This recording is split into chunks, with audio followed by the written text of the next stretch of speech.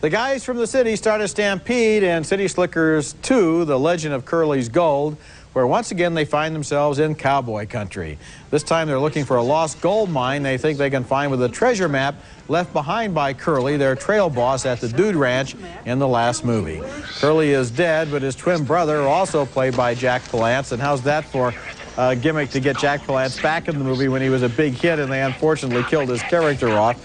He's alive and he's hot on the trail of the gold. Curly was wrong. There are two things. Whatever the hell this is, and gold.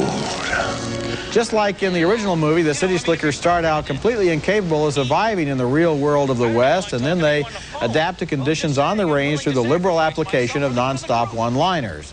Crystal and Palance are joined here by Daniel Stern and John Lovitz, who plays Crystal's younger brother. All right. Now, the sun sets in the east, right? No, the sun sets in the west. That's if you're in the east, but we are way out west now, so we are past where the sun sets. You can't be past where the sun sets. And if you think you can, then I am directly south of an idiot. The original City Slickers was a very funny movie because somehow, in spite of all its improbable adventures, it seemed based on human nature. This sequel seems based more on sitcoms.